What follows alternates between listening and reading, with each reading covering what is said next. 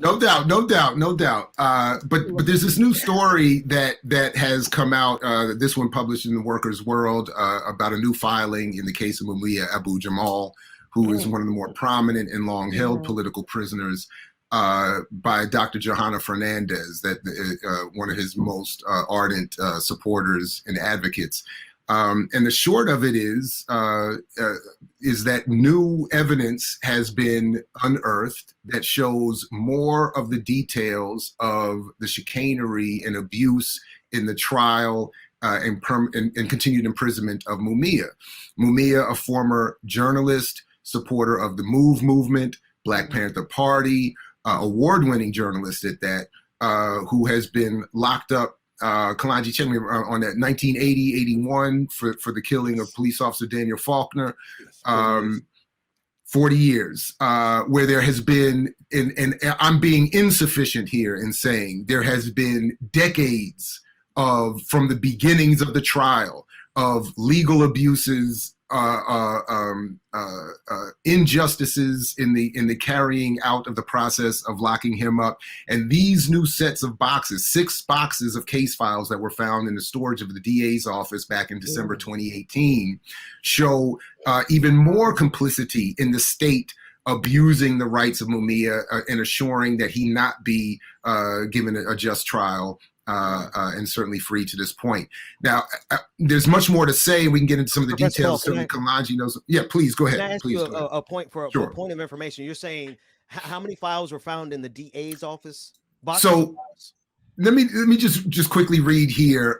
With continued pressure from below, 2022 will be the year that forces the Philadelphia DA's office and the Philly Police Department to answer questions about why they framed imprisoned radio journalist and veteran Black Panther Mumia Abu-Jamal.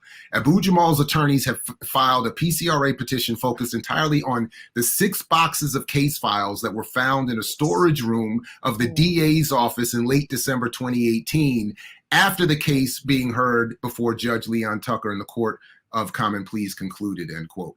So in other words, they found 6 boxes of material that is further evidence. And there's so much more, going back to the Judge Sabo trial initially, of him basically saying, I'm going to help fry the nigger, as I believe was the exact quote.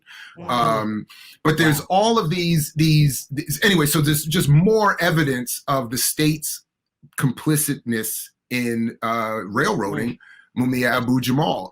And the real issue, and the point I always want to make about all of this, is that the real issue, whatever the claimed details are of the trial or of the case itself, is the fact that Mumia represents a wing of struggle that this country has been demonizing ever since we've been dragged over here. He represents a militant approach and response and call to us to organize that continues to be demonized. So the continued presence of him and others as political prisoners is evidence of itself, by itself, of the lack of change and progress we've made in this country. Right. And I think we got to keep in mind too that Mumia he's been a political target for many years, starting at age 14 when he joined the Black Panther Party. He was an award-winning journalist before he was framed and sent to these gulags. Of course, he was sentenced to death row, and after 20 years, they realized, or they decided that they would take him off death row, and they kept him on death row for another 10 years because the police unions were trying to get him, keep him in I mean, they wanted to see him dead, basically. So it began with not only his work with the Black Panther Party, but what really catapulted the state's disdain for him was when he was fighting on behalf of the MOVE organization going back to 1988. So Mumia, we interviewed him very recently on Black Power Media, and he's in good health now, but he's also been suffering from different types of medical condition, including hepatitis, Hep C, and also different ailments of the heart. He just had a heart surgery situation earlier this year, and they've been trying to break him, but he is, he's still strong. We have to know that the man's been locked up since he was 27 years old. He's now 67. So when we talk about political prisoners, oftentimes we think of like old men. But many of these prisoners, these brothers and sisters who have been framed and incarcerated have been locked up since early 20s and mid 20s, so on and so forth. And you have folks not only like Mumia, but like Sundiata Kohli, who's now 84 years old, who they still denying parole. So at 84 years old. Yes. At 84 years old, they're denied. Yes. But you know what they'll let an 84-year-old do? Say good morning to you at Walmart on Christmas Day. Oh, how about that? That's deep. on the real. Ringing the bell. It's crazy that what they'll do is want to paint him as cop killer, those things. And you know how in America, once you say this person murdered a cop or was affiliated with anything like that, they're going to, we see what they do with that, because Blue Lives Matter over Black lives. That's just what it is. That's America's way. And so when they paint somebody as that, this police force, the union, everybody, because once you have on uniform, they just believe that they're all one, but they're still moving in white supremacist ways. That's just what it is as well. So it's like when we hear about Mumia, I remember I have a friend of mine who used to discuss it for years. And then he talked about some recent news of him he posted, and he's like, why isn't anyone talking about this? This is because, they don't want to look at the bigger picture. They don't want to look at his work. They don't want to like who he is, what he's done, his history, just putting out the fact that, he's associated with killing a cop. And that's it. Once people hear that, it's like nobody wants to move forward in the conversation, and trying to get to know anything about what his history was, what his walk was, what were the reasons, what parties he was affiliated with, what happened, how he helped the community, anything. Those are going to be those things that we don't know. And that's almost like the way that they want us to, what is it, critical race theory, how they don't want us to know a lot about the true stories that happened to a lot of these people that we know, their names, like Martin Luther King, how they fluffed all of that, how they fluffed a lot of this information. They don't want you to know it. They just want you to see this, whatever they want to teach you, that's it. But if we read about Mumia, if we read about his walk, if we read about the history of it, if we read about the things that he was fighting for, we'll have a better understanding, right? Because being Black in America is not easy. So when we have somebody willing to fight for us, willing to give up their life for us, there's always more to that story. So I think that with in this particular case, it would serve us to definitely refer back to the interview that you guys did with him recently, and for us to get to know the history of what he's been through. I was going to say, do you have any? Did you bring any of the interview that you guys did with him recently? Do we have any of that? No, we actually didn't bring it is an audio interview, of course. Okay. We can have that. We would have needed to convert it for you. But listen, next time we obviously we're going to do this on a regular basis because, and James, I'm sorry, I didn't want to cut you off. I was just curious if we had that clip. But we want to do this on an ongoing basis. So feel free to send any of those type of interviews, any of those clips from your episodes that helps highlight this, because the truth of the matter is what Rebecca said is true. The moment you hear a cop killer, right, even Black folks who understand exactly how that plays out, when they throw us on the hood and tell us to stop resisting, and we already in the handcuffs, right? But they say cop killer, and we all just turn our heads. And it's a pretty convenient way to get us to look away from people who have been in prison since they were 27. Man. Now, I would just out. Sorry, go ahead. Go ahead. Just to add on to what you're saying, and to what Rebecca said about folks not having information on Mumia. The sad thing about it, internationally, he has a very large international support effort going right now. Everyone from Richard Wright's daughter, Julia Wright, to France Fanon's daughter, and I mean, he actually has a street named after him in France. You know what I mean? Mumia has written 11 books since he's been locked up. So it's not, it's not like it's an American. And I need folks to understand, when you say political prisoners, all political prisoners aren't accused of murdering police officers. That's right. Martin Luther King, whose birthday is coming up, he was considered a political prisoner for the short time he was locked up, not because of the fact that there was any crimes committed, but because of his political beliefs and actions. So we got to keep that in mind. So when we talk about political prisoners, it's not just a situation where they're accused of, and in fact, it's not even a question of guilt or innocence. You know what I mean? We often talk about in America how we have a right to defend ourselves, so many folks have defended themselves. In the case of Assata Shakur, where she was shot on the New Jersey Turnpike with her hands up. You know what I'm saying? With our arms up. You know, so we have to understand, you know, exactly what we're dealing I mean, with. people should remember what and be aware of what the case involved, what the claim involved. The official claim involves Mumia leaving his cab to defend his brother, who was being accosted violently by the police, and then shots were fired. A cop is dead. Mumia is himself shot. So one way I think to look at it is, even if he is said to have done, and there's a lot of evidence to suggest he didn't do it, but even if he was said to have done what he did, why wouldn't we want to be as vigorous in his defense anyway? In other words, so like when we talk about George Floyd or Dante Wright or whoever else, what if someone associated with Dante or George stepped in, intervened, and while suffering a shot themselves, the cop is the one that is wounded or dead, and Dante and George survive? Would we then turn our back on that person who intervened, or do we really need to wait until we're all dead in the street before we step up and say that there's something wrong?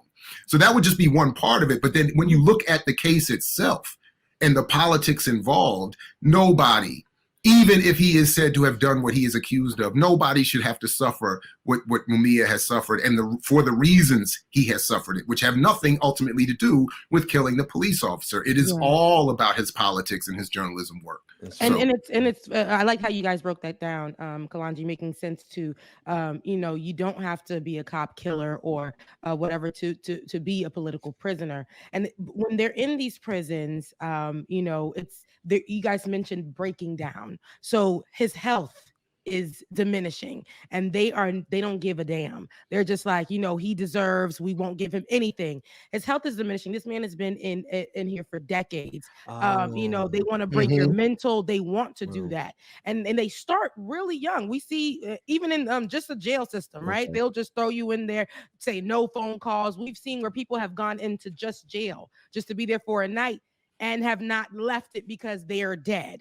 Right. And you know, this is the system that the police officers do in here. And like you said, it doesn't have to just be something where, he's possibly killed a cop. It could be just where you stand on a black situation, on Black matters. And the fact that you do stand up for Black people, they'll throw you in jail just because of that. They'll try to break you and break your mind and try to make you like think that that's going to shift how you feel. No, I'm going to stay on this. But now they're going to say you don't deserve any meals. You don't deserve any health care. I mean, the system is already messed up in that way. But, you know, they're going to make sure that you break. And here we still have, you know, see this man being able to communicate and talk after all these years. But I know it's doing a number on him. I know it. I know it. Yeah, right. Remember, a journalist. He's a journalist. So that means that any one of us on this platform today can be the next Mumia. You have to understand that he was interviewing people like Bob Marley. He wasn't just a political journalist. He wasn't just, you know, worried about the movement, so to speak.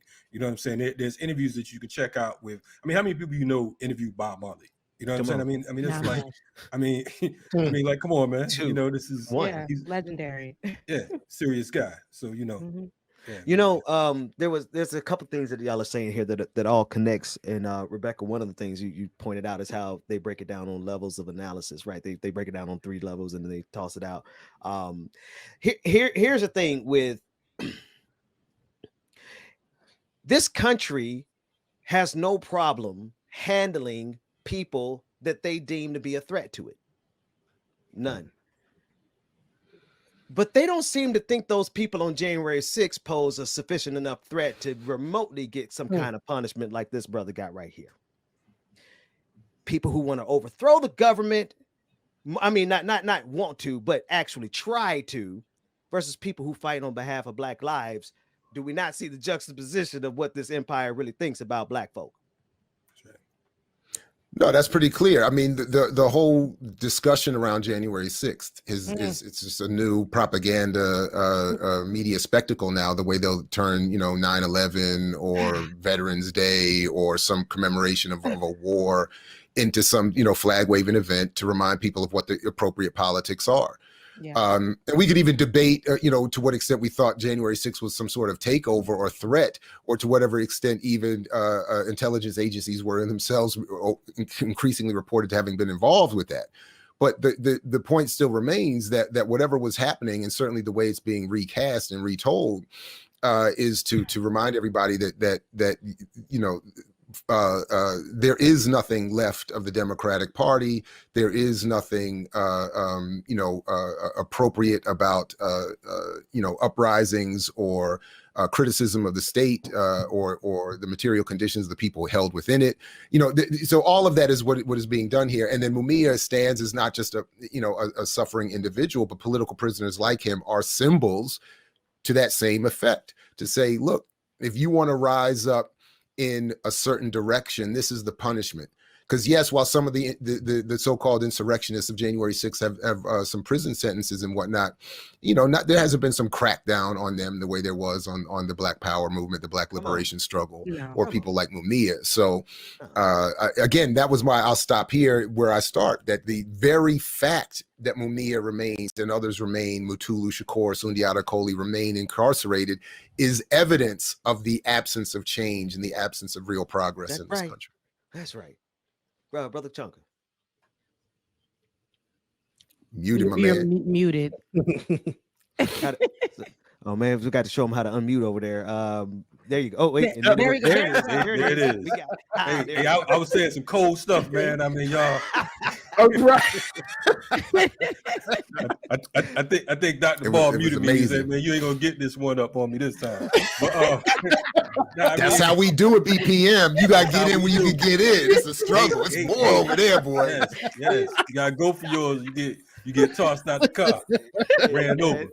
To the point, man. It's like, you know, we're clear. You know, you have political prisoners. The longest held political prisoner in the United States is Rochelle McGee, and he's been incarcerated for 57 years, going to 58 years. You know what I mean? He was one of the comrades of Jonathan Jackson. You know what I mean? So we're talking about Jonathan Jackson's been dead since 1970. He was locked up before then. So you're talking about 58 years now. You know, and I mean, it's ridiculous. You have folks like Sirhan getting out of prison. You know what I mean? You have folks like John Hinckley Jr., who shot the president of the United States. I didn't think you could get worse than a person killing a nominee for the president of the United States, but a person who actually shot the president of the United States. Both them, man, go on, keep preaching. Man. You know, so, you know, we're talking about, when you talk about white power, they remind you of your place on this planet. And and even if you, even the black guy, the one black guy who decided to run up in the Capitol as well, I mean, I'm quite sure that his time is going to be a little bit longer. Yeah, because they got to remind him that you still. We say that all the time too. Yep. Yeah. Know who you think you are, Negro. Don't get it twisted. You want to stand in the middle of the damn in the hall, just like chilling, like, yeah, what's going on, man? You about to be like the longest. Wait a minute, oh, man. David, we're gonna see with Dave. It's not even a test. David is the greatest producer on the face of the planet. David, go get Antufus. It's been a long time since we ran that clip, but black folks, y'all better know better than to run up in these crowds with audiences that are white, thinking you're gonna come out scot-free. Because this dude ran up with the Proud Boys one time and came out with no teeth. Wow. So is this your interview with Mumia here? Yeah, that's actually one of them. We have that clip, and we have another one that's a little shorter. But that was the first interview we did. And I don't think he had. I think that was probably the first interview he did since he had his heart surgery, if I'm not mistaken. So wow.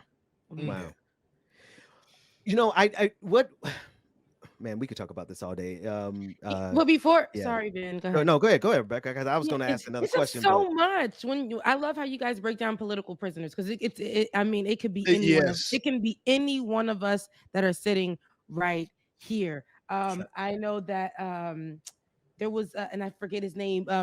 Georgia's colleague passed yesterday. I know he was a big journalist, and he passed yesterday, and I forget his name. Yes, and Mel. Yes. Mel Reeves. Yes.